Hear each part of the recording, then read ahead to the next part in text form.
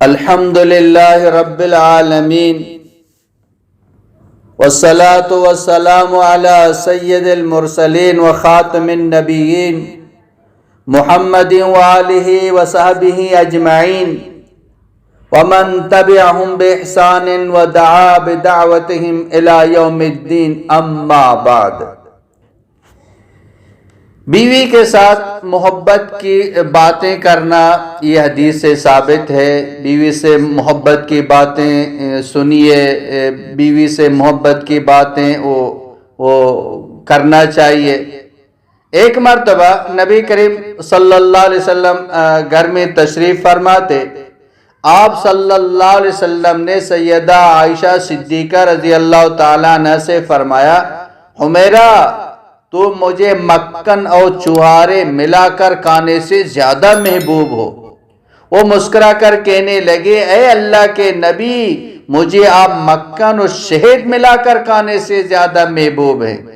نبی کریم صلی اللہ علیہ وسلم نے مسکرا کر فرمایا، حمیرہ تیرا جواب میرے جواب سے زیادہ بہتر ہے۔ نبی کریم صلی اللہ علیہ وسلم کے دل میں جتنی خشیت الہی تھی، اس کا تو ہم اندازہ ہی نہیں لگا سکتے، مگر آپ صلی اللہ علیہ وسلم کا اپنے خانہ کے موانسات و پیار محبت کا تعلق تھا۔ یہ چیز عین مطلوب ہے اور اللہ تعالیٰ کو بھی یہ چیز پسند ہے، اللہ تعالیٰ بھی اس چیز کو پسند فرماتے ہیں۔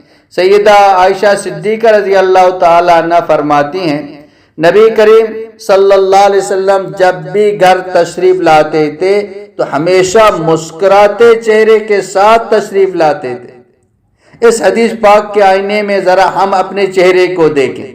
جب ہم اپنے گھر آتے ہیں تو تیوریاں چڑھی ہوتی ہیں، تو اخلاق کو ہم صحیح کریں، ہر کسی کے ساتھ جنا پیار محبت ہو، اور خاص کر گھر والوں کے ساتھ، بیوی کے ساتھ، بیوی بھی محبت کے ساتھ پیش آئے اور شوہر بھی بیوی کے ساتھ محبت کے ساتھ پیش آئے۔ بیوی سے محبت کی باتیں کرنا تو یہ حدیث سے بھی ثابت ہے، اس سے محبت پیدا ہوتی ہے اور ناراضگیاں ختم ہو جاتی ہیں۔